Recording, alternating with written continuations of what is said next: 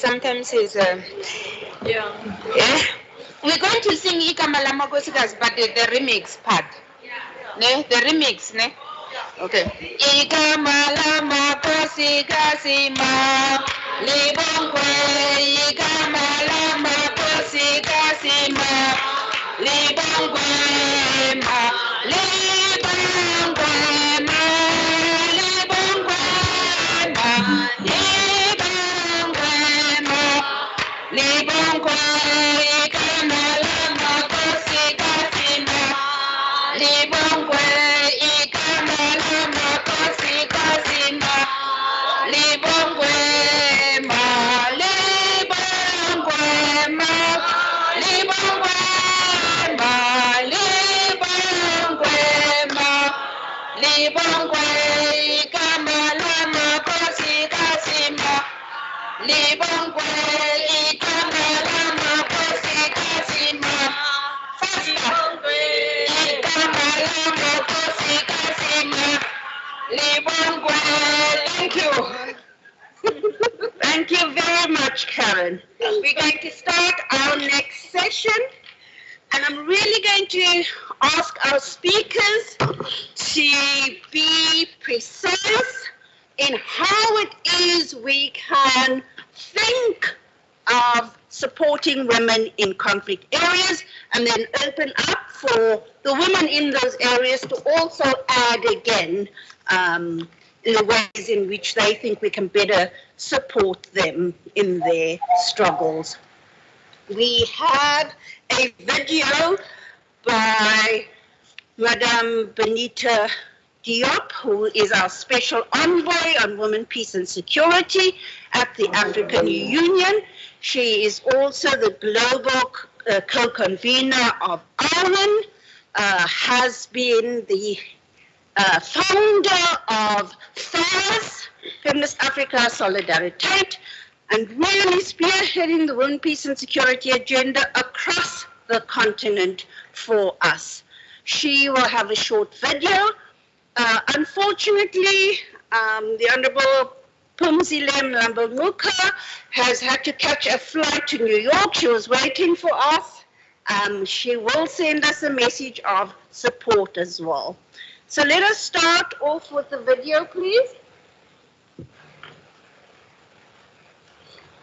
Honorable Kandi Moseko Lamini, Deputy Minister of International Relations and Cooperation of South Africa, Excellency Pinky Kekana, Deputy Minister in the Presidency, Excellency Fiona Insalan, the Ambassador of Ireland, Excellencies, ladies and gentlemen.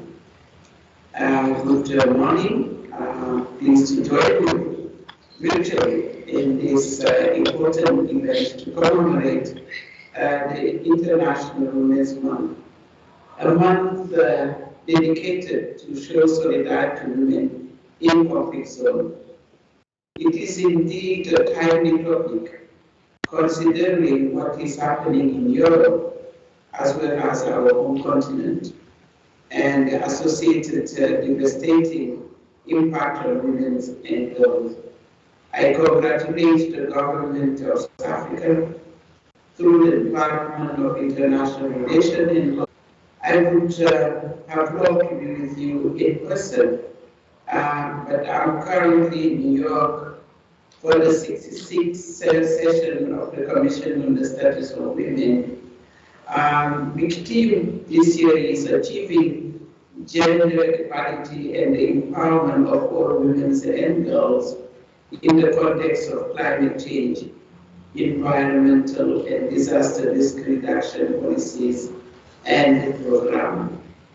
And of course, South Africa is again demonstrating leadership and commitment to women issues as the chair of the 66th session.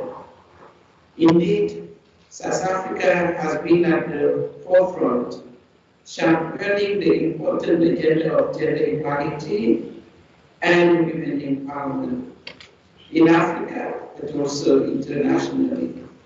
I want to particularly recognize and congratulate you for sponsoring Resolution 2493 of WPS during your presidency to the UN Security Council in 2019.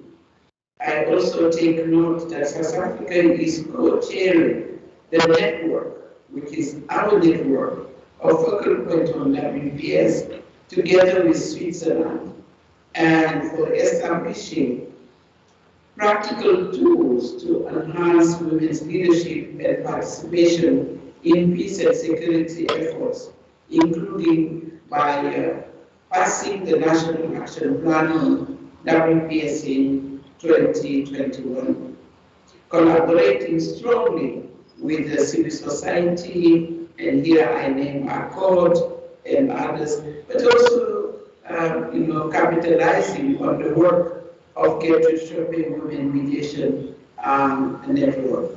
Let me also thank the South Africa Civil Society that are present here, but those that have been part and parcel of the work that we are doing with the Gertrude Shopping, highlighting the work done by Accord. I think all of you, the government, civil society, women's organization, you have truly worked together to promote women's rights, leadership, and gender equality. And let me recognize also the partners that are supporting this common agenda on WPS. Your Excellency, ladies and gentlemen, coming back to the theme of this session on supporting women in conflict areas, I'm happy to say that through my office and the African Women Leaders Network, African women building on our rich cultural values of Ubuntu are demonstrating solidarity and support to women and girls in conflict zone. We mobilize our action and advocacy to ensure women's voices are heard and their concerns are considered by national, regional, and international organizations. We have also ensured that beyond advocacy, practical support is offered to women. I could say with the FemWise, in my office, we have been together also in Sudan before the COVID. But also during the COVID, we held a virtual solidarity mission with women and girls of Cabo Delgado in Mozambique. And I'm very proud that South Africa committed 1 million rand to the many women and girls of Mozambique affected by the conflict. I know that very soon Mama Graça Machel will go to Cabo Delgado on follow-up and meeting, continue to meet with the women on the ground that are affected in Cabo Delgado. Other solidarity missions have been conducted to women and girls in Mali, in Chad, in Somalia, in South Sudan, just to name a few, where we effectively advocated for women's inclusion in the ongoing political dialogues and protection of their human rights. I'm happy to say that we are making small gains, including in Mali, where women have been in the first time being involved in the action of the follow-up committee on the implementation of peace. As I end, I wish to reiterate my commitment and the Office of the Special Envoy commitment to strengthen collaboration with member states, in particular South Africa, the regional economic communities, the United Nations, the civil society, and our development partners to scale up action to support women in conflict zone, restoring their dignity, but also giving them hope. They are needed. Thank you for your kind attention. Thank you to Madame Diop for sending us that message of support, knowing that her office has been at the forefront of solidarity missions in Africa. I personally was with Madame Diop in Sudan on one of those solidarity missions, so I'm familiar with them. We will move on to our next speaker, which is our own Toko Mpurwana, the chairperson of South African Women in Dialogue. Thank you very much.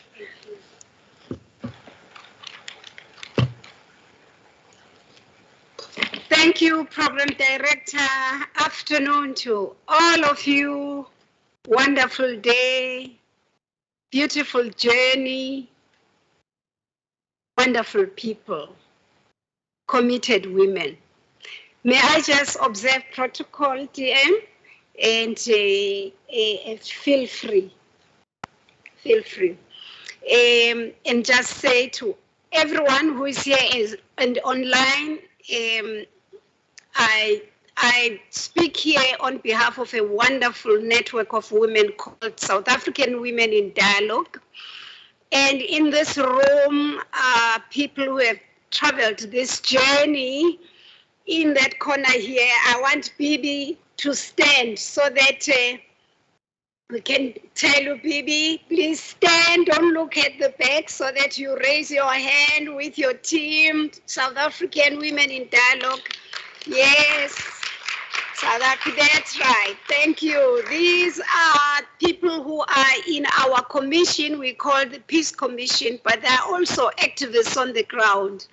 Bibi is one of those who have traveled the journey. She went to Syria, I think, as a human shield. That tells you how committed she is on peace, when it was not fashionable to do that. So we are gathered here because we believe in peace and we are against war. We are unapologetic about that. In 1994 in South Africa, we even made a contribution that our spend on defense should be reduced so that money can go to those areas that need people. So sometimes I feel guilty when I hear that our defense force is in trouble. I know that we contributed because we made a contribution to say, let's use the money for people and for peace. We are also in solidarity with women and children, young and old, and our young men who are forced to face guns and bombs in defense of things that they have not even caused themselves. We are on the side of the oppressed and those who are on the receiving side of the conflicts and unjust wars, civilians, especially women. Our message is very clear. Let's remain vigilant, because toxic masculinity of war destroys our world, and it is causing traumas on generations that we find ourselves having to deal with. So as SAWID, I had slides, almost 23 slides, so I've been asked to go to my last slide. That's exactly what I'm going to do. I'm going to go to my last slide. What are we committing to as South African Women in Dialogue? Since 2003, we said amongst the many objectives we set for ourselves, peace was at the center, fighting poverty was at the center, and we said solidarity with women in conflict, not only in South Africa, in SADC, but in the region and in the world. We committed that we'll do that. And we kept to our promise that we have been working with women in the DRC, women in South Sudan, women in Burundi. We had our peace dialogue in Alex during the height in South Africa, during the height of what we call the xenophobia outbursts, and we learned a lot. So we do have in our archives enough reports that we can also use as we move forward in implementing our national action plan. in terms of what people are saying. So we want to commit as SAWID. We will continue on the journey of widening the net of peacemakers in South Africa. We want to ensure that the method of dialogue of women across the board, non-partisan, non-political, rich, poor, urban, rural, in informal settlements, in big business, that we all remember that we are women and what we want for our country and our generations to come is peace and nothing else but peace. So we are committed to that. Two, we have committed ourselves that we will ensure that the National Action Plan on Women, Peace and Security is widely known. We'll advocate for it. We will use every platform where we meet to talk about peace. We, through our networks and our commission, Peace Commission, which is a standing commission that is under the leadership of Bibi and other women, that we will make we were given the responsibility of translation of the National Action Plan through this coalition that we have. We've just heard from Hurisa that we may get more money to translate in other languages. We will make sure we do that. So we are very, very excited. So all the languages. And money permitting, even Braille. Money permitting, of course. Public education and awareness and building of effective partner collaborations. We will do that, and especially around peace tables, we want to do that.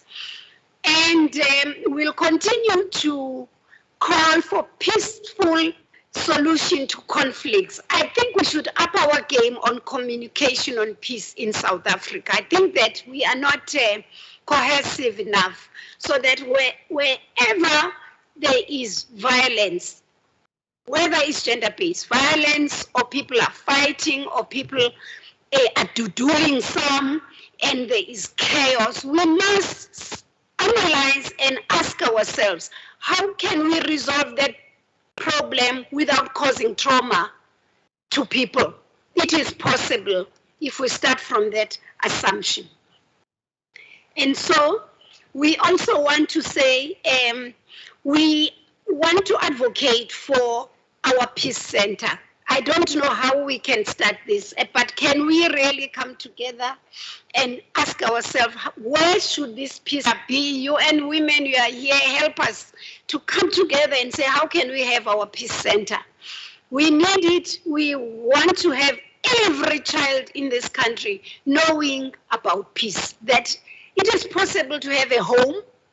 It is possible to have a community. It is possible to have a country. It is possible to have a world without guns and war.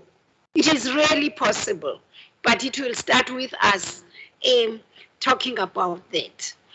Solidarity missions. I think that it's another area that we probably need to talk about. How can we have solidarity missions? How can we, when there is a problem, have people who just go there to say we're in solidarity, or have a virtual solidarity mission, or have those people come over and we say we're in solidarity with you. And as you always know, it's money, money. Some of these things are money. Yes. Could we also increase our mediators so that we make sure that in every community we offer our infrastructure as Sawidians to make sure that we can M&E in every ward. We have mediators who are trained that we can call upon when we see something coming up. And so we offer our infrastructure for that. And then we hope that we can have an organization that also stresses on training, then we can take our people to that training program. So this is what we have, and this is what we offer. We may offer more based on the infrastructure we have, the people we have, the passion we have, and bringing on board younger and younger people who are not ourselves, that we can hold hands and leave the baton with and make sure they build for the next generation and the next generation. Thank you, Program Director. Thank you, Toko. And so it was really the organization right at the beginning in the late 1990s, working with women in conflict countries, many of us getting involved in the Women, Peace and Security agenda because of our engagement with SAWID. So we thank you for being a leader in this regard as well. Noting that we are all against war, that it is toxic masculinities that fuel these kinds of wars, and then recommitting ourselves to peace, and that SAWID would be on the journey of advocating, and I hope all of us, for that peace center. We are wanting a national peace center. It is in our national action plan, and I think we need to be echoing the need for it far louder now, and also the need for more solidarity missions. We're now going to turn to Sitembiso Dabula, who is the former Deputy President of its SRC, current Deputy Secretary General of Ireland, and also running an organization called She Leads. You have the floor. Thank you, Program Director. I'd like to recognize the former Executive Director of UN Women in her absence. I'd like to recognize the Deputy Minister of the International Relations and Cooperation. I'd like to also recognize the Deputy Minister in the Presidency in her absentia, Excellencies, Ambassadors present, honorable guests, Bingeleli Ndlemnyama, Bingeleli Mbogoto. I am Sitembiso Dabula. I am the founder and the chairperson of the She Leads South African Division, which is an organization that is youth-led. It is led by former presidents, deputy presidents, and chairpersons of institutions of higher learning. As I'm here today, I feel very heavy as I carry the voices of young women across the continent. And what comes to mind is, to those who subscribe to the idea of spirituality, to the existence of God and the devil, that often know or be exposed to the knowledge that the devil often uses your strength against you to tempt you. And to apply the analysis to what happened in Nigeria with the Boko Haram girls, I sometimes wonder if the Boko Haram identified the girls as the strength of the country, the region, and the continent. Basically, what I'm posing to everyone present today and online is that young women are the strength of the country, the region, and the continent. And with the conversation of peace and security, I'd like for us to not only speak about the involvement of young women, but to basically assess who are young women? Where do we find them? How do we go about empowering them?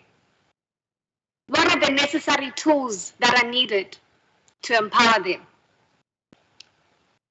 And why do we need to empower them? So with all of this, it is to basically look at the solution to peace and security. I think young women are the succession plan when it comes to peace and security.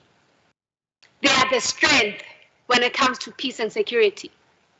Women in general are incubators. Anything you plant on them, they increase it. How much more when it comes to young women? So basically, as I was trying to assess the role of she leads in peace and security, what came to mind was a micro-level solution in SA. Our issue is xenophobic attacks. With the xenophobic attacks, what is the role of young women in protecting the people who are facing conflict? Because the reason they ran to South Africa and to our respective countries, it's because they were fleeing from conflict. Our responsibility as she leads is basically to offer and establish education and training programs that are going to conscientize young women in taking an active role in preventing conflict and in also peace building. My exposure to international relations was only in university. And I realized that this is actually a gap in our country. Information is there, knowledge is there, but people are not conscientized.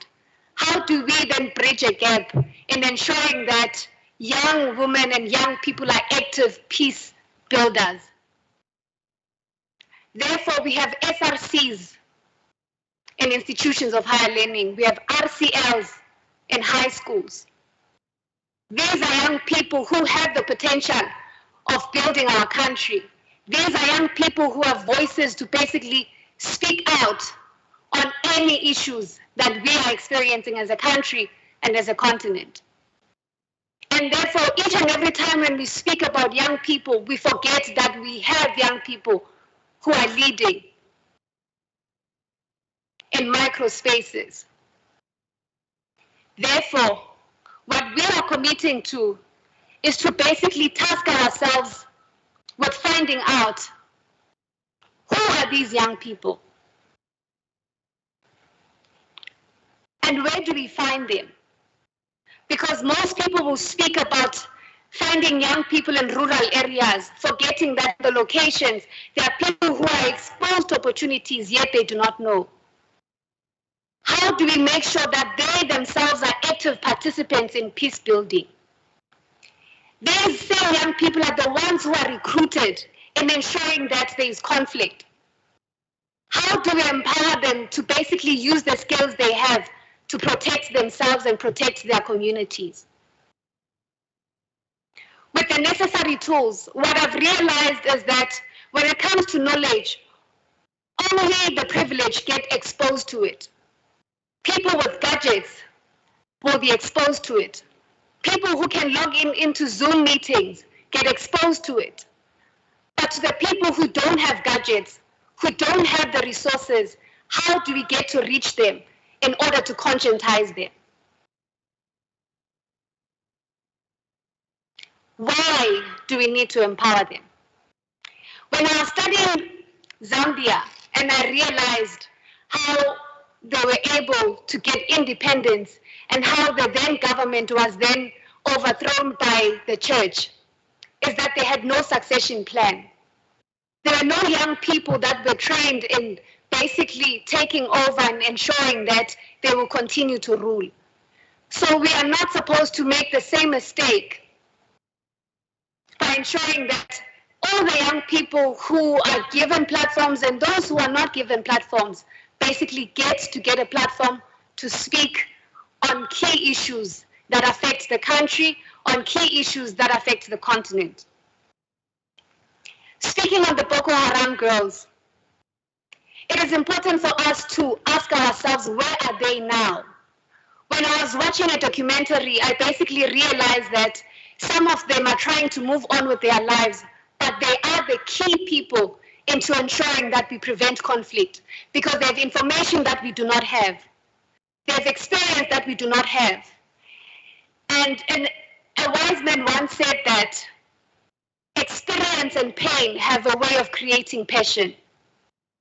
So with all the affected people, what do we do about them? Do we speak on their behalf? Do we take them so that they speak on the experiences they have experienced?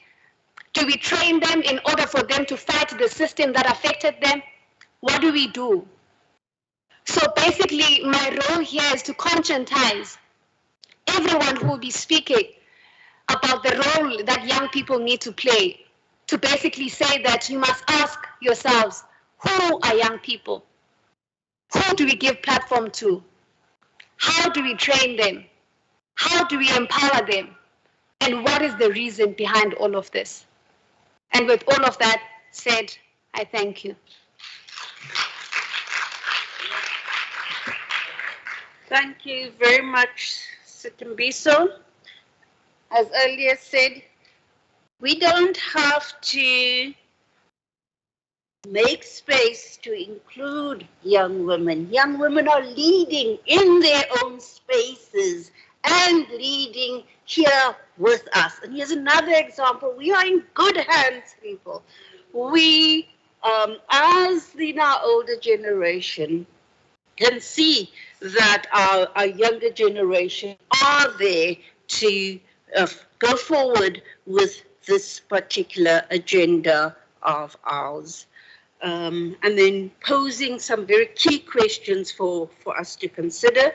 And I take with us for supporting women in conflict areas, the need for more young women to have training on peace building and to engage in peace building. Please do become part of the Young Peace Builders Awards as well, so that we can get as many young women engaged in that process as well, please. I'm now going to turn over the floor to Litlare Gabele, who is the Gender Program Manager for the Foundation for Human Rights. Here's a seat here, or you can speak I from think there, I'm fine here. Thank you. Thank you. Thanks, Program Director, and may I also use the greetings that I used earlier and say all protocol observed. So I would like to focus more on what I think could be the strategies used to support women in conflict areas. Some of the strategies may be specific to other countries based on my interest in such cases, but others may be general because conflicts affect women disproportionately across the continent. And while at it, somebody just wrote on social media to say, while we're discussing and focusing on Ukraine, we shouldn't forget about Somalia, about Yemen, and then they mentioned DRC, Ethiopia, Afghanistan, and the list here. So that to me also reminded me to say there's so many conflicts out there. We have a lot of work on our hands as activists, as academia, as people who are interested in having a world that is safer for women. Now, looking at the countries, the case studies that we have here, it's only Ethiopia that doesn't have a national action plan. As Meseret alluded, I did my small research. South Sudan is due for review. Juliet, it would be nice to have a conversation with you on that to say whether you've already started to review the national action plan, while the other countries have national action plans. And why am I bringing this conversation? Does it matter if a country has a national plan or not? If there's no political will to allocate the budget. Look at Ukraine, they have a national action plan. Palestine has a national action plan. South Sudan does. DRC has since 2010. Where is the political will of governments? So one area in which we can support these women in these countries is to continue to assist them to hold their governments accountable, where they've committed to the UN Security Council 1325, the Maputo Protocol, the Beijing Protocol, and all other regional agreements that they have made regarding women, peace, and security. Now, one of the challenges regarding why there's slow implementation, some people believe that these national action plans were imposed. They were not homegrown. It was during the conflict in South Sudan, and I don't want to mention names of people who are not here who are friends, but funders, big nations, they come with a basket full of money and ideas of what peace should look like. Say, no, you have to develop the National Action Plan. So the government does these things just to tick the boxes. Peace agreement signed, how many in South Sudan? We've lost count. But the implementation of the gender aspects of those peace processes, South Sudan was still waiting for the hybrid court, Madam Diop. That is one strategy to support women in South Sudan. The discussion has been going on. The Commission of Inquiry did its work. We want to see that hybrid court being functional so that the victims can have access to justice, transitional justice, reconciliation and healing, and support in terms of trauma, as was mentioned earlier. So some of these issues that we may want to support them with, they go back to state institutions. The African Union, is there anything that AU can really do for South Sudan to ensure that the hybrid court is being established? It's long overdue. The issues of security sector reforms have been excluding women. And the elections, South Sudan hasn't had elections since 2011. It's been one transitional government after the other. So when are we going to have women to have that space where they can participate in a free and fair process where they elect their own representatives that they can hold accountable, that they can hold accountable, and then we can have institutions that are independent or credible. Like the Ethiopian Human Rights Commission, everybody knows that it's compromised. We need those institutions to change, but in some countries, it may be difficult. Another case would be with reference to specifically Ukraine and Russia. We need reforms in the UN Security Council and the ICC. It cannot be that we have a permanent member with veto powers sitting there when he is being accused and he vetoes the resolution against himself. I mean, really, these institutions have been set in 1945. Nowhere land. We know that we need diversity in the UN Security Council. When is Africa going to have even one seat, one permanent seat? Same goes for the ICC. They were saying they're going to investigate Russia. Based on what? Because the mandate of the ICC says you can only investigate if a country is a party to the Rome Statute, which Russia is not. Or if the case is referred by the UN Security Council, Russia is not going to refer itself to the ICC.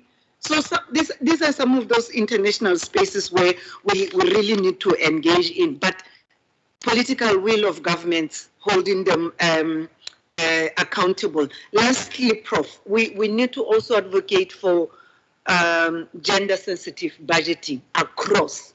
When we talk gender mainstreaming, let's also talk about gender-sensitive budgeting so that all those other issues of women, such as health, or those other issues that are not prioritized as serious issues, they may be captured. Thank you.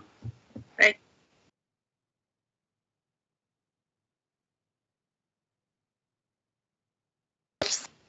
And to show how far we are, we still have to go with implementing the National Action Plan. So we can have the plans, but really implementation, otherwise they mean nothing. We need to reform the UN Security Council and for gender-sensitive budgeting. Last but not least, we have Pravina Makanlaka, who is the Women, Peace and Security Advisor at Accord, been championing this issue for many years as well. Thank you.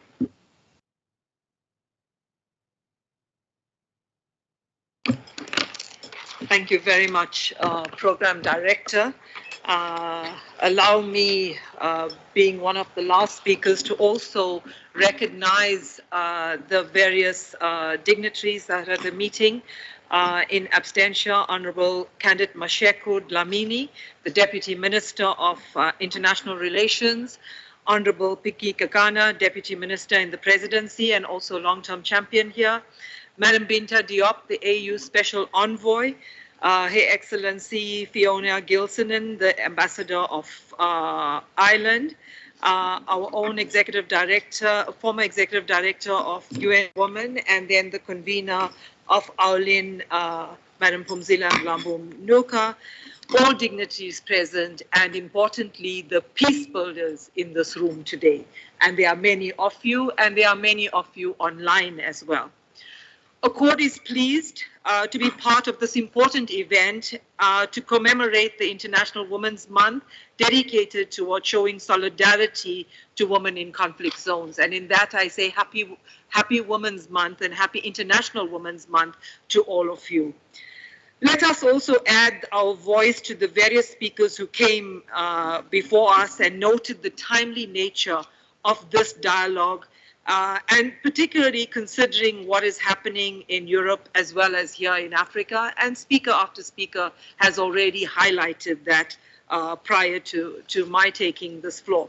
I think I want to leave you with just 3 messages. My first message is, how do we deal with pushback? And right now, we are coming out of a pandemic, coming out of 2 years of COVID-19. And if anything, we have seen the implications on that and the pushback on the gender equality and women's empowerment agenda, but especially for women in conflict.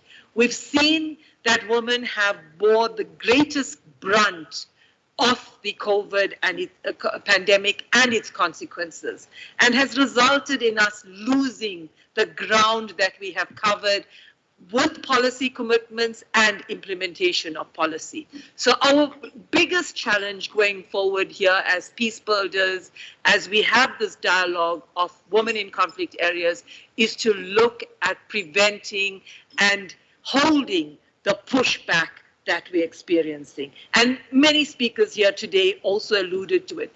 We stood and we took stock today in this discussion on the tremendous achievements we've made in terms of policy commitments, in terms of action plans, in terms of programs, in terms of implementation. And we also heard from the various representatives of the countries that the different levels of conflict that they are in has decided the kind of agendas they are following. So their call asked us to pay attention to what their needs are. From the woman, Juliet speaking on Sudan, she says, we are busy with constitution making. What will be your solidarity for constitution making? So our solidarity in this time needs to be informed by proper analysis of where these conflicts are, but what the global conditions are and how that is coming to bear on women in areas of conflict and affected by conflict. Then let me move to the second point, and 2 disruptions have hit the women, gender equality and women's empowerment agenda. COVID-19 and the war in Europe and other conflicts right now. Working against 2 disruptions of global consequences, two disruptions of global consequences in succession of each other. What is this going to do to the WPS agenda? What is this going to do to the broader gender equality and women's empowerment agenda? And that is where we as the peace builders should be looking at, and how do we take our national action plans? Because our national action plans aspire to broad principles and priorities. And we've heard Charlotte earlier say solidarity is mentioned X number of times in our action plan. But our solidarity has to be shaped by understanding the objective conditions that the agenda finds itself right now in. And then let me look practically at what we can be doing. And yes, the various speakers who came before and particularly the ones that took us into their countries to share their progress, their activities, including the youth, in terms of what you are dealing with. And Prof, I concur with you. We are in a very good place. We are in a safe space because the youth are really taking the baton. They're not even taking the baton, they are leading. And that is where we want to see this agenda, because we were those youth once upon a time. And so we feel comfortable with that. So practically, what is it that we can do? If you think of the woman in conflict right now, what will be uppermost in their minds if you're looking at some of the pictures that you are seeing on television? It's survival. It's finding safe passage to a next place, finding a place of refuge. They're not thinking about our action plan and our policies and their rights, etc. They will passage themselves to safety and going down to the basic needs before they can even use some of the provisions we have for them. I remember this, and I will probably remember it for the rest of my life, is that I had the chance to interview a refugee in Kenya, in Nakuru, and she had been raped 8 times, gang raped 8 times, and she was still living in the community with her rapists. She came out onto the side in a bush, did the interview with us, and my first question to her, very young and naive at that time, like almost 10, 15 years ago, like, how can you live with your rapist? You know, you should be toying, you should be standing out there, and you should be taking them on, get the community to understand. And her simple answer to me is that you do what is necessary at times for the bigger, good.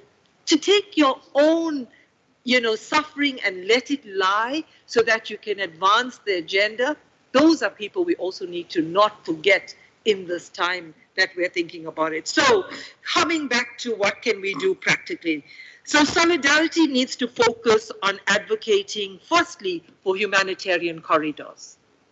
So that's important because right now we know that no water, food, basic necessities are getting to the woman in those conflict situations. So how do we advocate as peace builders who know this plight, who know this situation? How do we advocate in our calls of solidarity for humanitarian corridors? How do we advocate for refugee arrangements? We won't discuss the issues about the double standards on refugees, because those are a conversation for another time. But let us understand that there are refugees fleeing, and we've heard the number in these current conflicts. So how do we find places and safety for refugee women and children? But also, how do we show we are here? That's the solidarity message that we want to send. We are here. So we are advocating for your humanitarian needs. Then as women peace builders committed to the constructive resolution of conflicts and to mediation in particular as a method, we need to be advocating for a mediated political solution to the conflicts. And other speakers have spoken to that. So the importance of us as peace advocates, remaining neutral and being able to lobby without letting our emotions take us over and pronounce on different sides. As women mediators, do not forget that we want to be respected and called to these conflict situations. But if we have no neutrality and impartiality, which is what my organization champions, is that you cannot find yourself being recognized as a third-party neutral intervener. And then to lastly focus on our peace-building actors. We have tremendous examples of best practices on our continent from the plethora of conflicts and the role women have played in these conflicts. both in terms of being activists, advocates, but also championing programs that have responded to these needs. How do we share those best practices and those opportunities, entry points for women peace builders that are there? And Your Excellencies, ladies and gentlemen, to conclude, let me say, perhaps the AU's call on hashtag what African women want can be interpreted as hashtag what women in conflict want, and rephrase to say, what is it that we want? Our solidarity needs to match hashtag what the women in conflict need and want at this time. And that is how. So supporting women in conflict must allow women in conflict areas to own the design of their solutions and create the enabling space for the absorption and support of these responses. Therefore, ensuring the coordination of efforts to achieve the power blocks of change we need must be uppermost in your agenda. I thank you for your time. Thank you very much, Pravina. I think really bringing it together for us in how to go forward, highlighting there the need to deal with the pushback that we are seeing, and the need to listen to women's voices and their needs in those conflict areas. And then also for us as peace builders, our need to be impartial so that we can continue with the process that leads to peace. It does not mean that we are not sympathetic to the crises that are happening, but as mediators, always cognizant of the pathway to peace that needs to happen. And for us to play that role, what we need to be doing right now. So thank you to all the panelists. I think you've made very insightful observations here. There was a lot coming out. I've been trying to just capture it. What I have heard is that we can be supporting via more dialogues of this nature, via exchanges as well, via solidarity missions, that we need to, if we listen very clearly to the particular conflict context and their needs, then we can hear, for example, in South Sudan, the need to support the constitutional processes happening there. Advocacy, lobbying for peace. How do we center that much more? How do we have our voices heard much more on that particular score? The need for humanitarian aid. People are trying to survive. How do we ensure that those humanitarian corridors take place? In Ethiopia, we heard that women want to be participants in the national dialogue taking place there. We must ensure that we are able to make that happen as well. The need for the peace center was raised. The need to not only look at conflict in war zones, but also in our own country, for example, xenophobia taking place. Where are our voices on that particular issue as well? The need for the number of women mediators in every ward to be increased. Saudi making available their infrastructure for that. More young women to be engaged in peace building and to be trained as peace builders. The need to hold our governments to account for implementing Resolution 1325. Let us also use this particular juncture in our global history to call again for the need for UN Security Council reform, because that is part of the peace process as well. The need for gender-sensitive budgeting, the need for us to be vigilant about our gains made in the Women, Peace and Security agenda, and how do we sustain it and advance it further. The need to be always present, to be indicating, here we are, I heard you say, Pravina. As I indicated, also our role as mediators and peace builders, and then the need to share best practice. I am now going to open the floor so that we can hear from our participants, both online and in the room with us. If you can also then provide us with more suggestions for how we can engage more concretely in providing solidarity as well.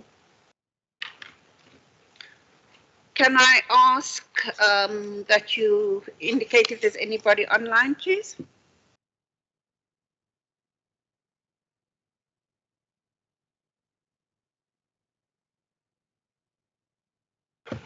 Maybe I can add, Prof, to say the importance of our RECs, SADC, ECOWAS, IGAD.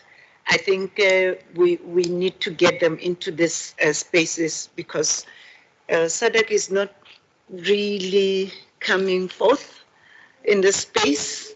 They are missing. So I know ECOWAS seems to be really active. Maybe there's a lot happening there, but with the few that we have in the region, we really need to see more of SADC. Thank you. We developed a regional action plan for SADC. It is almost time for that regional action plan to be renewed. We need to hold SADC to account to implementing this agenda as well. Thank you.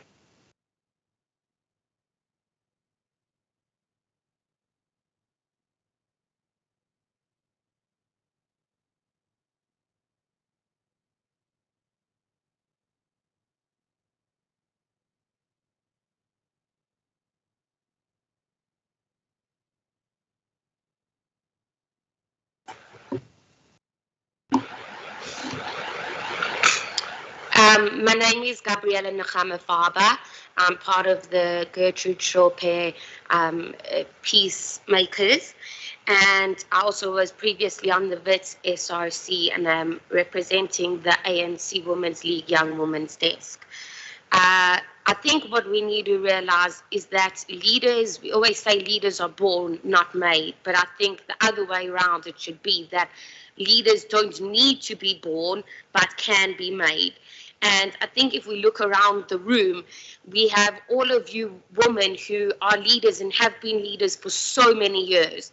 But now we have a youth of new leaders, of young women. And amongst the political environment and just the civil environment in South Africa youth, we see there's so much frustration and so much aggression and hostility within South Africa, between races, between religions, between cultures. Even if you just look at the environment at WITS, I entered, it was an extremely hostile environment and had to make my way into it. And I think what we need to realize is before we go outside into the international community, we have to look inwards into our own South African community. Because once we overcome the hostility and the anger and frustration within our community, then we can go on and teach others and be peacemakers outside into the world. And how I suggest that we do that is we have all of the elders in our country, all the women leaders who are leading now, who might be older than us youth, that you impart your wisdom onto the youth. That there's too much of a separation between the youth and the elders. All of you women have had immense experience, immense wisdom, and we don't need to repeat the mistakes of our previous leaders. It often takes leaders a lot of time in the beginning, going over hurdles, making their way, doing mistakes, but this, we have lost too much time already. Rather that you guys lead us to become leaders. And through that, through you just connecting as women, I remember in our training earlier on, it was Charlotte who said that peace isn't made at conference tables. Peace is made between women and relationships. And we form this relationship from the previous leaders to the upcoming leaders so that we can be better equipped. Empowered women empower women. Thank you. Many thanks for that. Much needed. We cannot go out into the world as peace builders if we're not building peace in our own societies first and foremost. So that is operative. We use our experiences here to also share that on the outside, and conversely, our experiences on the outside to impact on what we do on the inside, and the need for those intergenerational exchanges around peace building as well. Thank you. Is there anyone online? No?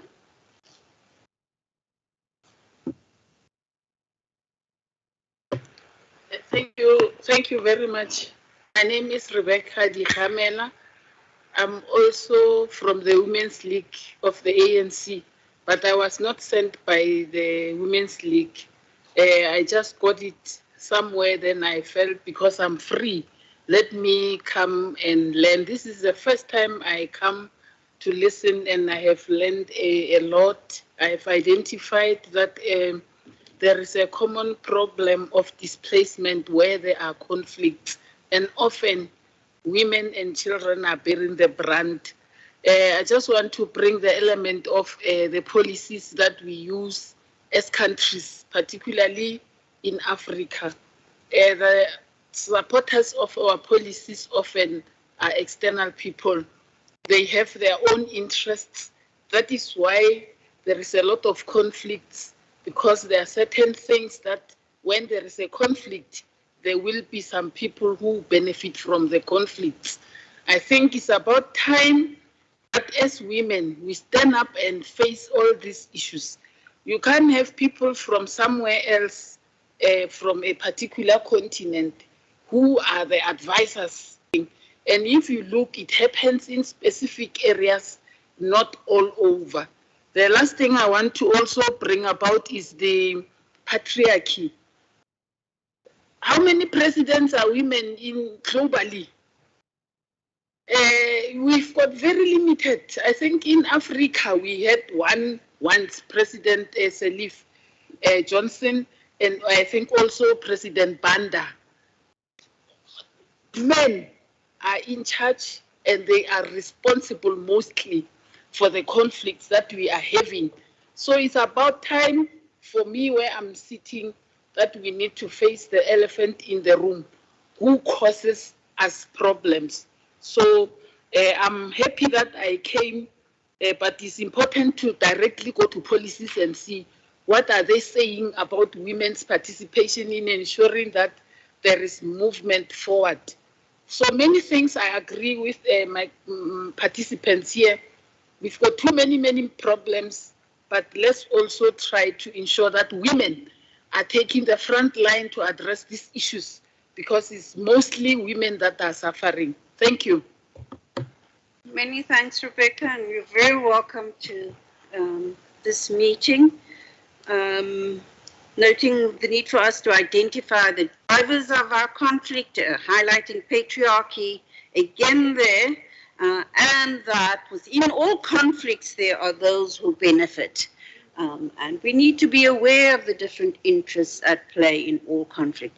I do want to just also indicate that as we go through the year in implementing the National Action Plan, we're going to be having many more of these kinds of conversations. In particular, I want to note that we're going to be having a national dialogue in May on migration, and how we can be dealing with that particular issue. So do look out for that as well, please.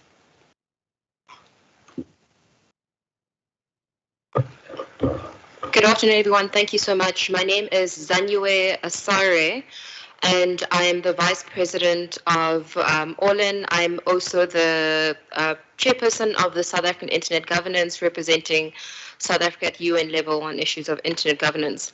Now, I think we've had really pertinent discussions on peace and security for women, but I know that our focus has literally been on the wars and things in the physical world. What I would like us to maybe look at some point during this year is not just what's happening in Russia and Ukraine, but what has happened over the past 3 weeks when it comes to cyber warfare.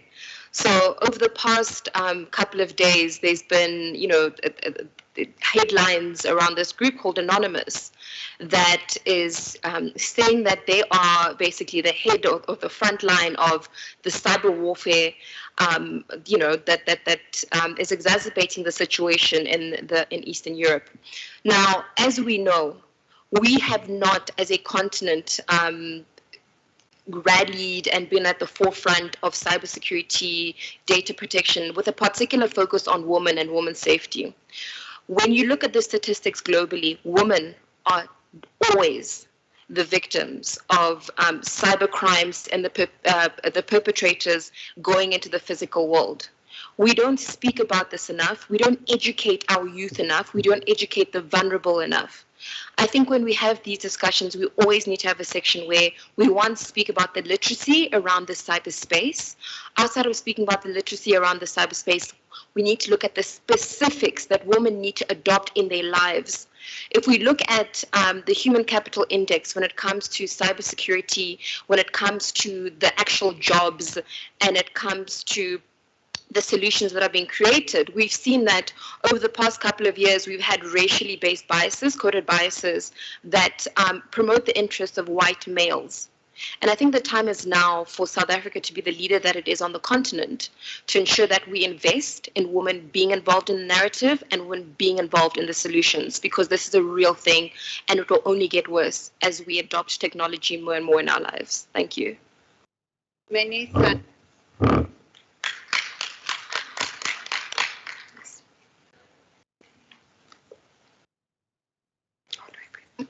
People online, but also just to note that our National Action Plan also speaks to issues of cybersecurity and how women are being impacted by that as well.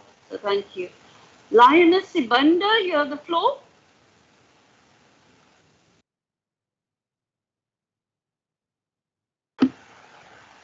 Ms. Sibanda, who's online?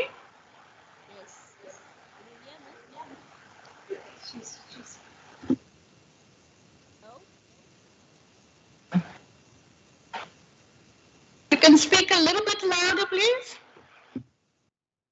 Okay. I'm Lioness Sibande from an organization called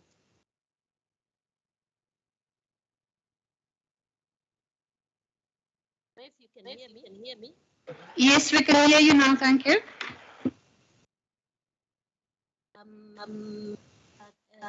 Thank you.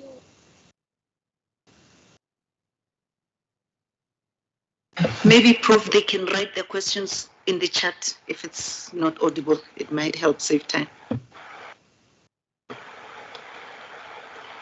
Okay, I think we've lost you again. If you can please just write your question in the chat, that would be helpful. Next is Alison.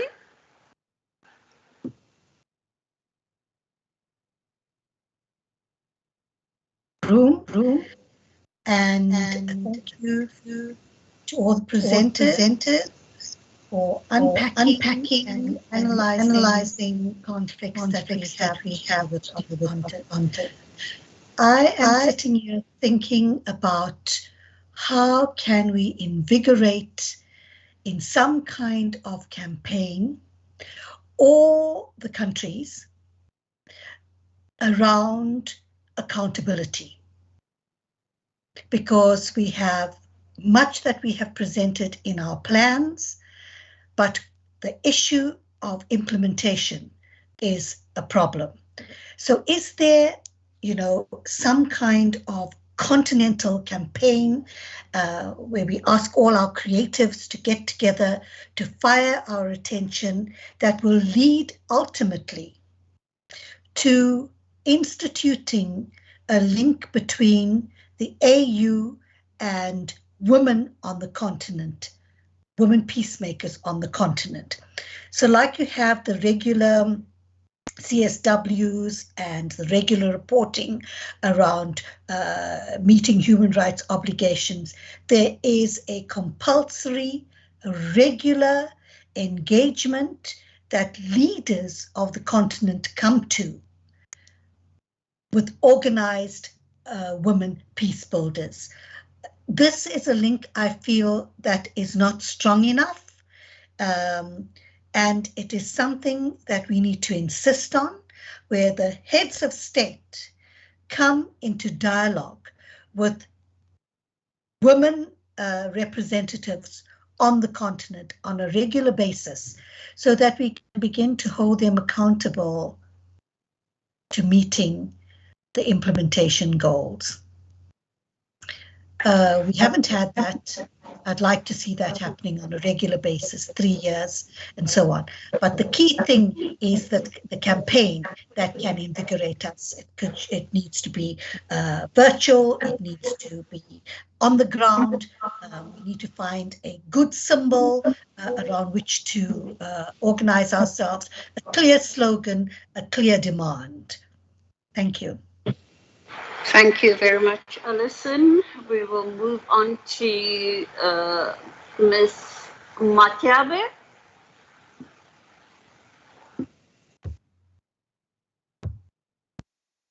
Thank you very much, Chair. It's also for the first time. I don't know whether am I audible? Yes, you are. Okay, thank you very much, Chair.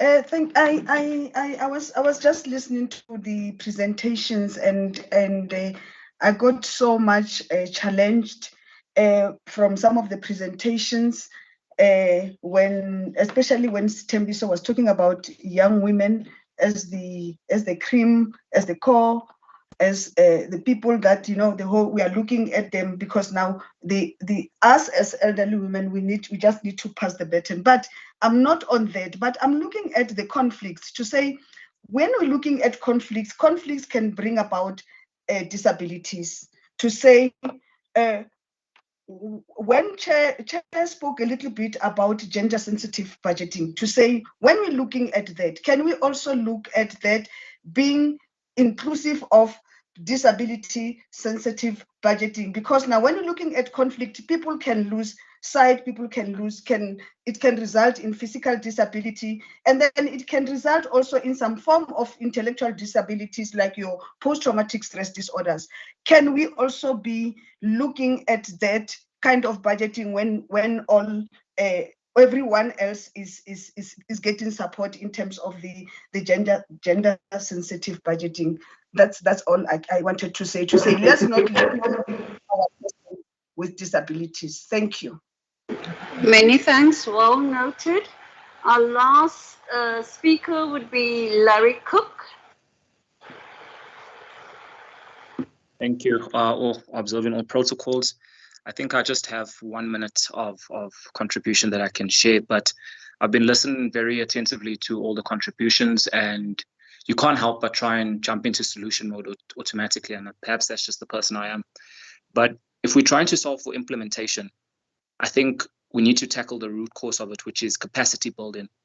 And to address capacity building, you need to understand that there has to be a sustainable voluntary model that's adopted. So, I mean, just from a perspective of talking about budgets and what's required, if an attractive voluntary model was adopted or implemented, or at least positioned, I think that would be a good segue to make this more attractive, especially for the youth. And I talk from my perspective, being a 32-year-old colored male who's middle class, and I look at my peers and I look at those below me and those on top of me, and I really see that this work is something that triggers on everybody's heart. It's just that there is no incentive to start the process, unfortunately being the case. So really, if we're talking about trying to get implementation, we need to focus on capacity building, that being done through a sustainable voluntary model. And that should also have some position in terms of, from a budgetary perspective, where this model can be implemented itself.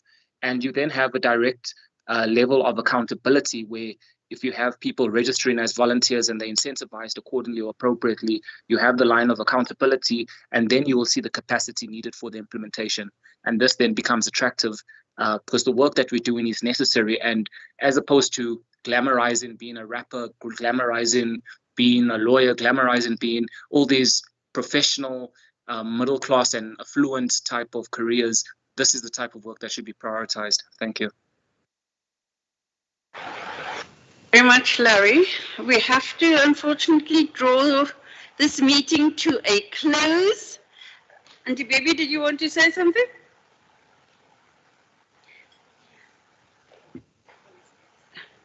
Okay, what I'm going to do is I'm going to take another round quickly, but really impress on people 1 minute and no longer because we have to close. We're an hour over time.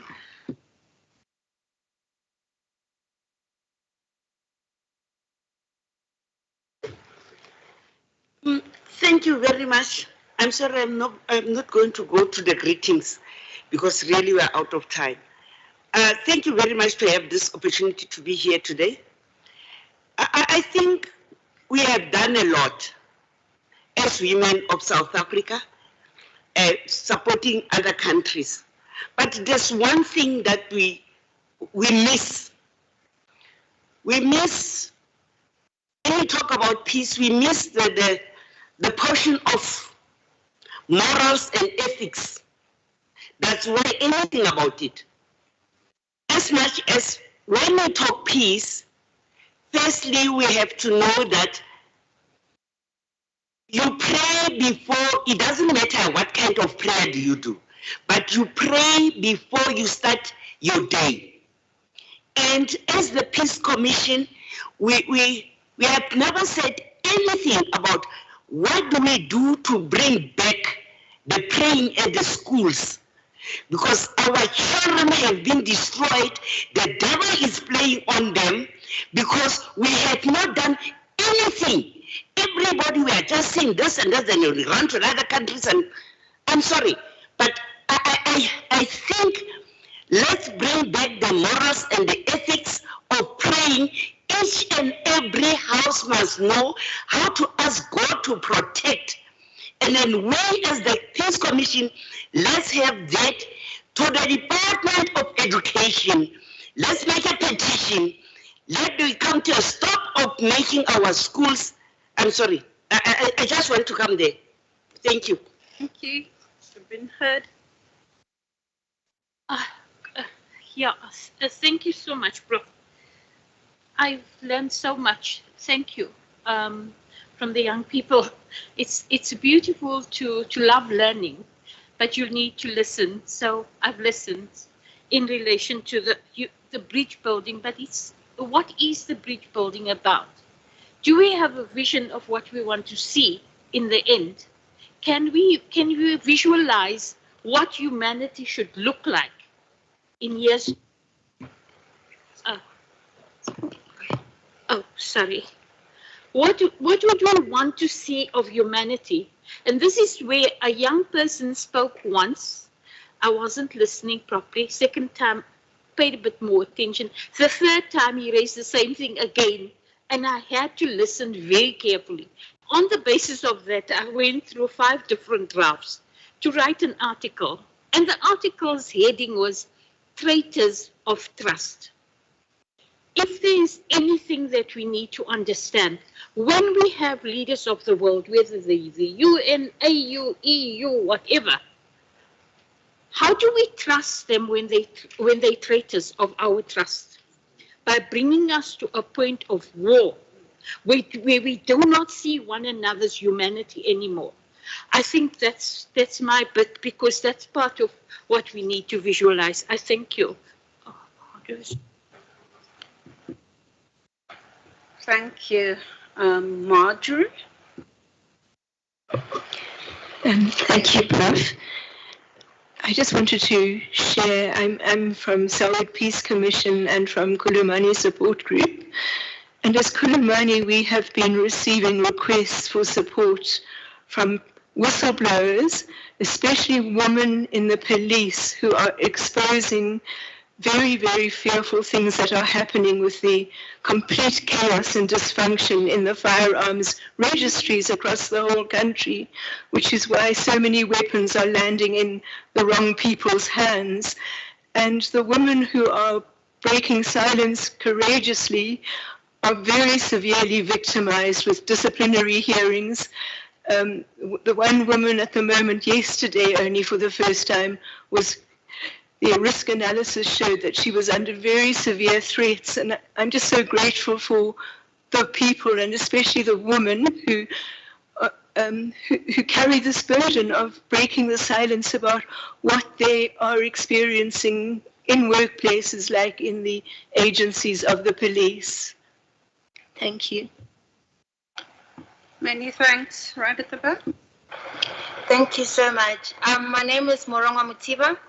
I'm the Island Head of Communications, but my contribution is from the District Council of the YCL, a youth organization based in Tshwane, that sat on Sunday, and in its sitting, identified a very pertinent threat, which is the Zimbabwe dilemma that was announced by the South African government in December, that as from the end of this year, the grace period will be over for the exemption passports, and that those people who have not been able to be allocated a different visa will have to be, while acknowledging that people who came to South Africa under that program came as a result of the issues in their country. We identified this as a potential threat to women, peace, and security within the South African context as a result of a pullback that we anticipate will happen when the deportation process has to come, particularly taking into cognizance the fact that there is a major backlog in the allocation of visas as a result of the home affairs issues. So we thought to conscientize the sitting today on this particular threat, as we believe that we should also be proactive in approach in identifying some of the challenges that might occur within our national context. Thank you. Many thanks. Khalid? Thank you very much, Prof. and the panelists. I also want to allude to what the previous person here on the floor spoke, but my issues are on the mechanism that we can develop as well for prevention of this xenophobia and the attacks of everyone who is not a South African, and everyone has now become illegal immigrant under the current operation Dudula, which the government has been, condemning their actions, encouraging them to work with them. I know that the Premier in Gauteng did mention that he will even include their issues in the province, state of the province, what is it called? So, not SONA, yes. So I looked at the statement. There was actually nothing except that there was going to be like a collaboration or networking. So there isn't any clear direction. So my suggestion is, how about we work with the police?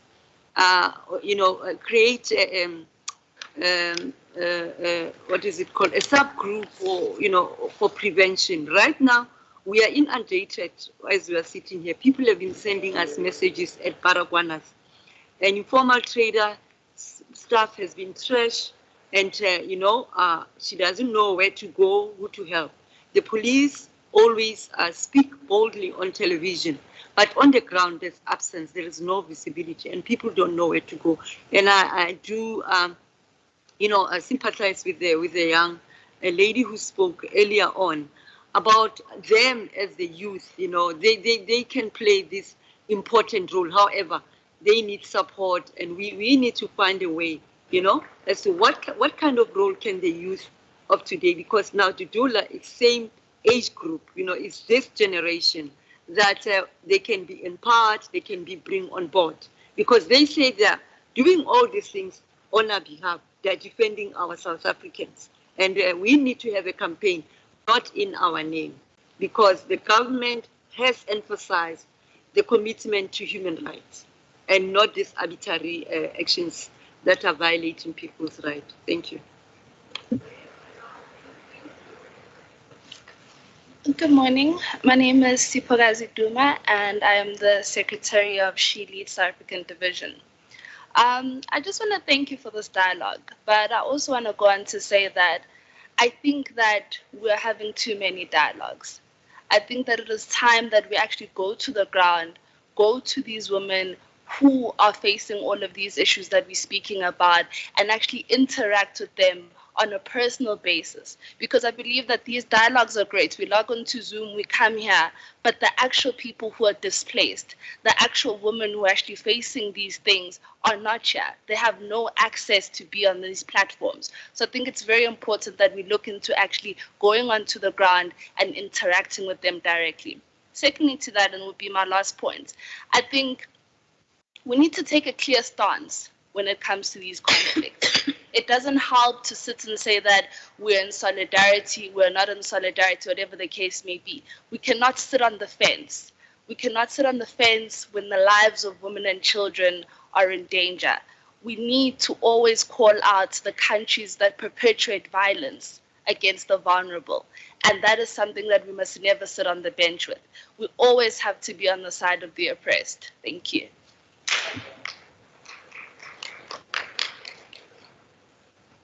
Thank you very much. We are going to be having 9 community dialogues as well this year. If there are any communities that also feel that we need to come forward to have a dialogue in their particular area, I think this is also an opportune time to note that as well. We have to unfortunately conclude now. I want to thank all of our panelists, especially those women from the conflict areas who joined us virtually. You have been heard. South African women, thank you also for being here to show your solidarity. There will be a declaration produced. We will send this declaration to everybody who has participated here today. Let us move forward in peace and in prayer.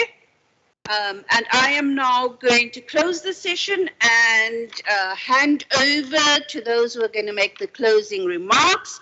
They are Dikating Diala, Executive Director of Lopeko, Kaketso Maimer of UN Women, and Karen Homo of the Gertrude Chopper Women's Mediators Network. Thank you very much.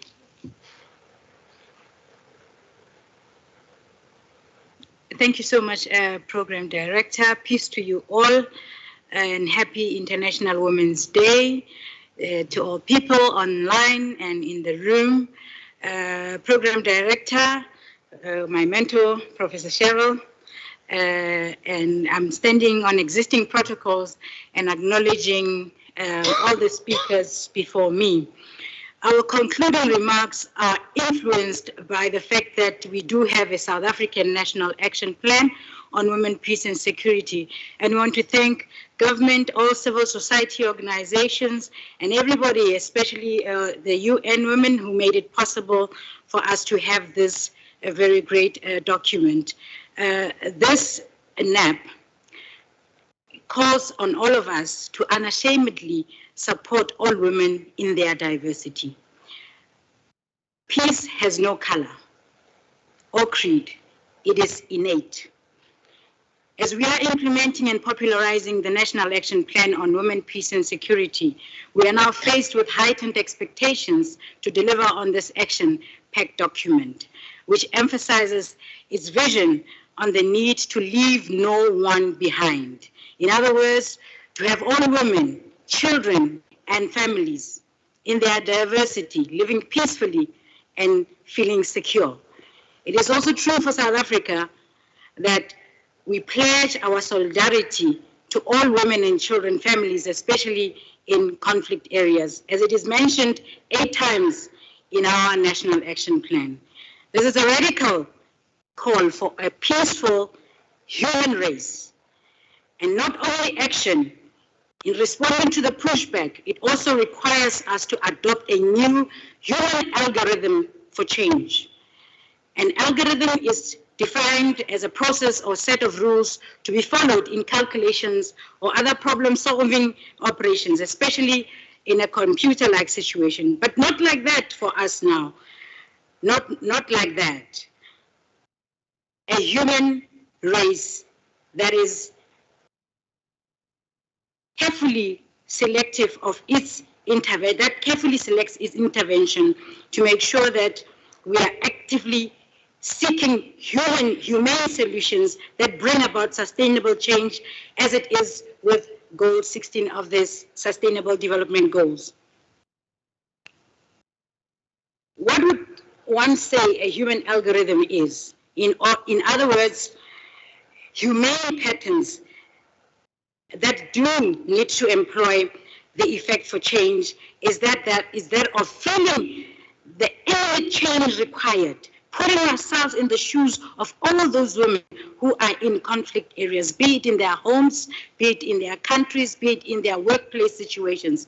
Simulate an intervention that is real and make it possible for future leaders to be able, and even just not future leaders, sorry, and also for any woman, any child, to be able to live safely in their respective environments. To also plan for the intervention, what, who, when, and how, and resource it. Fund the intervention, get it done, confirm that it works. What gets resourced gets done. What gets funded gets accounted for. So we would call upon a new hashtag that says, fund the peace. Program Director, what did you say is the total figure of implementing the National Action Plan today?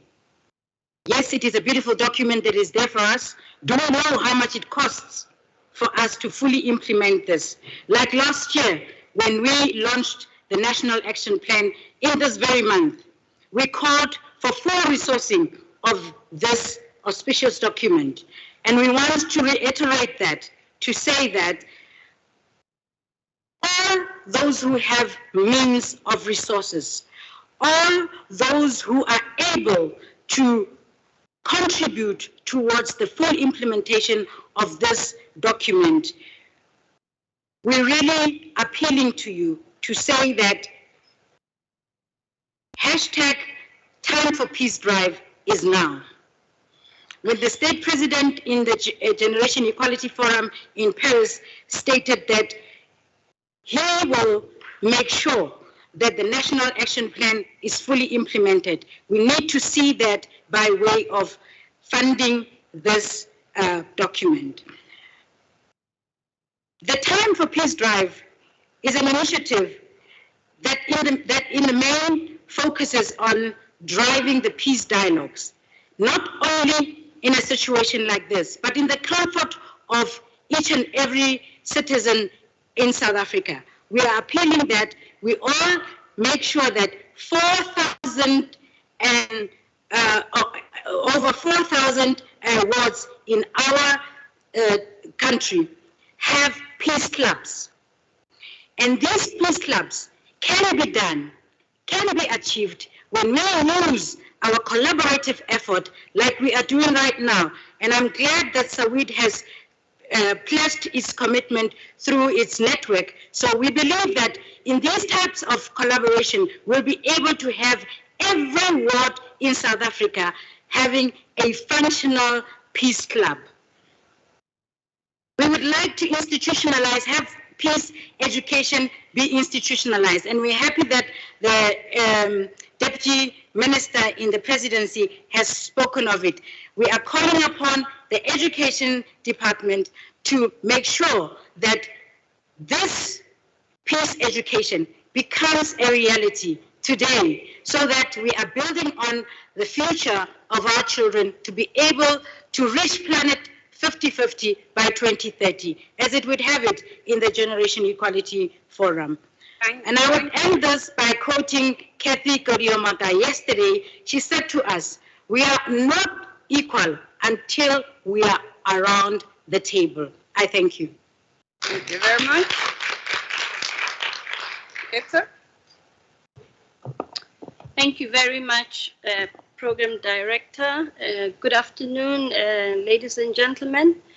It is really an honor and a great pleasure for us as UN Women to be part of this erstwhile event. and really deliver the closing remarks on behalf of our Deputy Representative, Dr. Hazel Gooding, who could not be with us today. She has traveled and time zones are a little bit tricky. UN Women appreciates the support first and foremost as we stand on existing protocols. We would want to just highlight upfront that we appreciate the support that was provided by the Embassy of Ireland, who also, by the way, is partnering with women and supporting us on our Ending Violence Against Women program. And we would also like to especially recognize and appreciate the Embassy of Norway that has steadfastly supported us in our journey to really make sure that we produce the National Action Plan that is with us today. We thank all the insights and contributions of today's important session. Indeed, the UN Secretary General in his annual report for 2021 recognized that gender equality is a question of power and that persistent gaps remain in women's access to economic resources as well as participation in peace and security, political leadership, and access to decision making. Without access to resources and opportunities, this imbalance will persist to continue. As we know, the 2030 Sustainable Development Agenda aspires peaceful, just, inclusive societies to underpin sustained development. And this can really not be done without full implementation of Women, Peace and Security Agenda. Let us remember that feminist peace and security agenda require a shift towards feminist peace and gender justice. This agenda has transformative potential, the potential to escape cycles of conflict, to create inclusive and more democratic peace-building efforts, and to turn from gender inequality to gender justice. We can all contribute towards the Women, Peace and Security agenda through mobilizing and connecting movements to build solidarity for women's participation and protection of rights across the conflict prevention spectrum. As we know, and as it has also been mentioned this morning, South Africa has a rich history of supporting women in conflict areas through most of the civil society organizations that are seated here today, who continue to also contribute to the creation and building of peace infrastructure, which includes building a network of women mediators and peace advocates. Today's event indeed is an epitome of this history.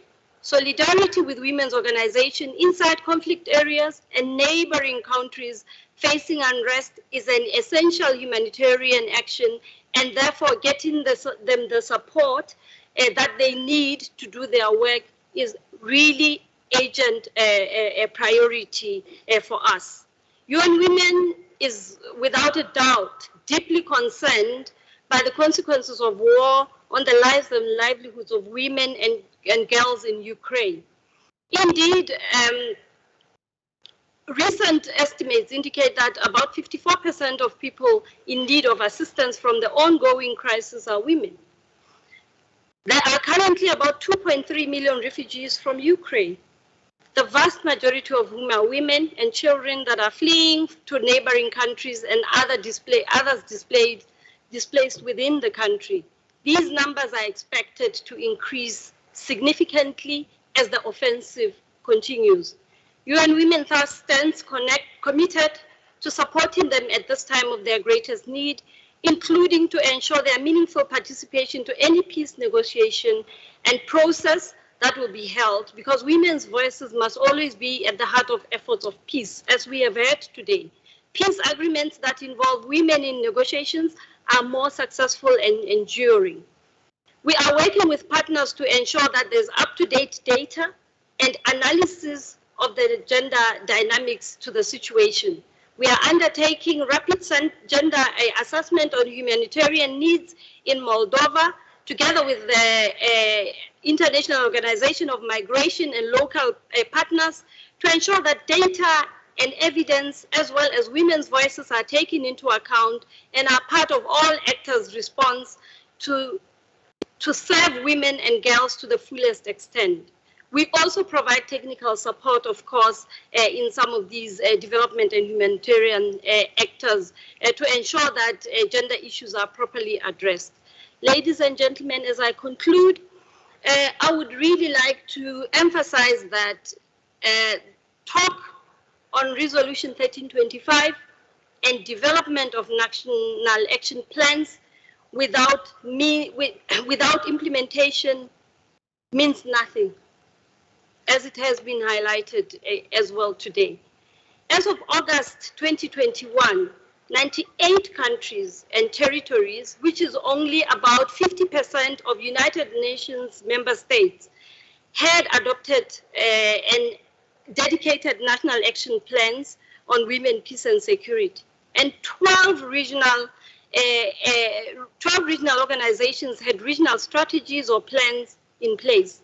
86% of the NEPs have monitoring indicators to track progress.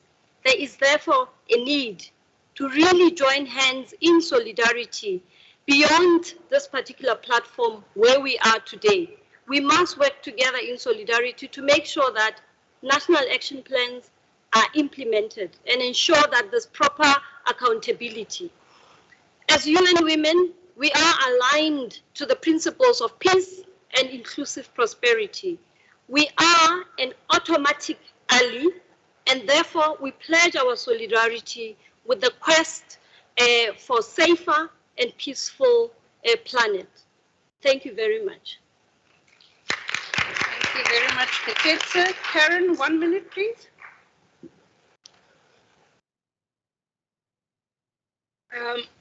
Good afternoon, everybody.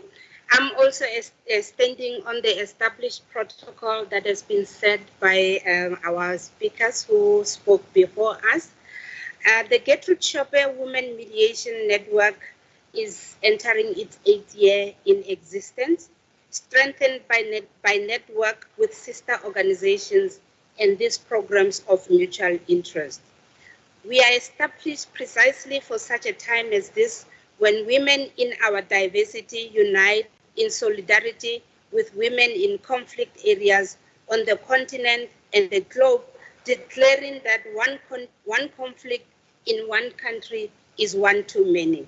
We reaffirm our commitment to conflict resolution, mediation, negotiation, and as an effective tool to resolve conflict and build peace. We stand with every word of solidarity that has been spoken here today, as speaker after speaker called for mediation and advocating for peace. We acknowledge that the National Action Plan implementation is a strong mechanism and a strong path we need to strengthen in de-escalating and addressing conflict in our nation.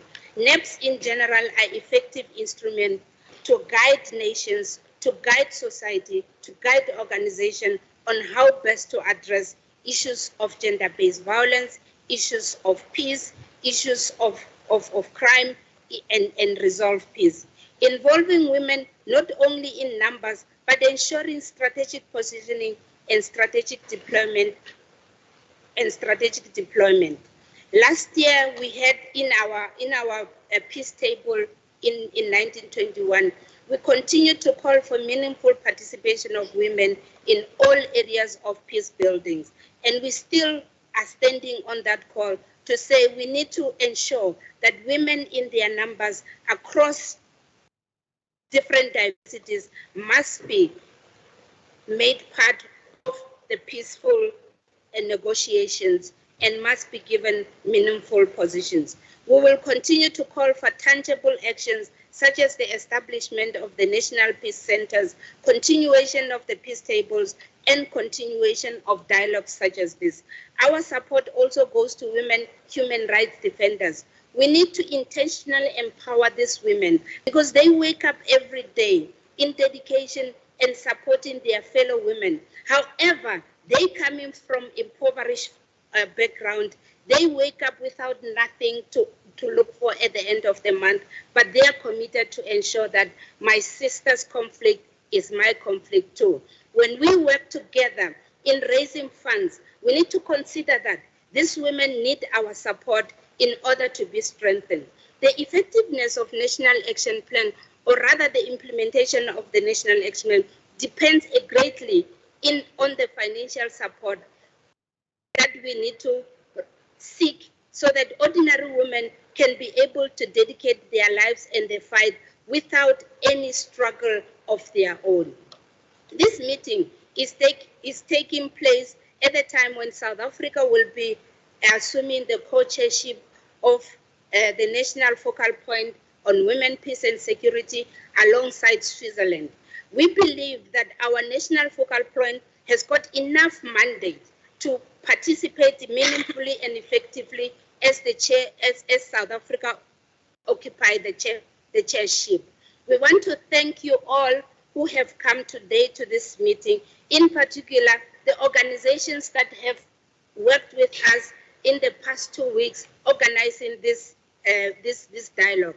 The African Women Leadership Network, the South African Women in Dialogue, the Human Rights Institute of Southern Africa, the Lady of Peace, the Institutes for Justice and Reconciliation, Accord, and the Department of International Relations and Cooperation for hosting us in this meeting today.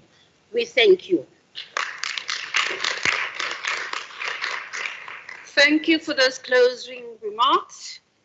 Peace for all countries. Stop the wars. We want a feminist peace. We want a feminist foreign policy. We want to strengthen our solidarity with women in all countries, and especially with those in countries that are undergoing conflict. Malibongwe, go in peace.